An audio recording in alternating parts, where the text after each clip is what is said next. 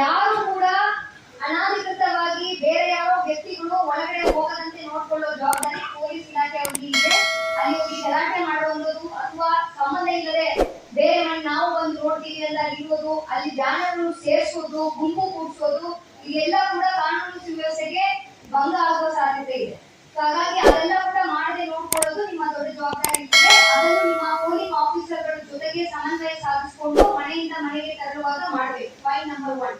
Point number 2, cold ಪಿವಿಸ್ ಅನ್ನು ವೋಟ್ ಆದ ನಂತರ ಅದು ಬಾಕ್ಸ್ ಅಲ್ಲಿ ಇರ್ತದೆ, ಅದಕ್ಕೆ ನೀವು ಭದ್ರತೆ ಕೊಡಬೇಕು. ಯಾಕಂದ್ರೆ ಒಂದು ಮನೆಗೆ ವೋಟಿಂಗ್ ಆದ ನಂತರ ಅದನ್ನು ತಗೊಂಡು ಇನ್ನೊಂದು ಮನೆಗೆ ನಿಮ್ಮ ಗಾಡಿನಲ್ಲಿ ತೆರಳುತ್ತೀರಿ.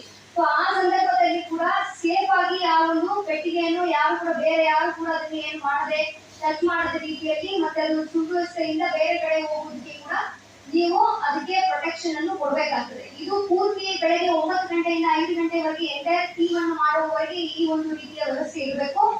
ಪ್ಲಸ್ ಅಲ್ಲಿಂದ ನಾವು ಅದನ್ನು ವಾಪಸ್ ತೆರಳಿ ಅದನ್ನು ಟ್ರೆಷರಿನಲ್ಲಿ ಬಂದು ಅದನ್ನು ಇರುವವರೆಗೆ ಕೂಡ ನಿಮ್ಮ ಒಂದು ಏನು ಸೆಕ್ಯೂರಿಟಿ ನೀವು ಕೊಡ್ತೀರಿ ಅದು ಪ್ರಾಪರ್ ಆಗಿರ್ಬೇಕು.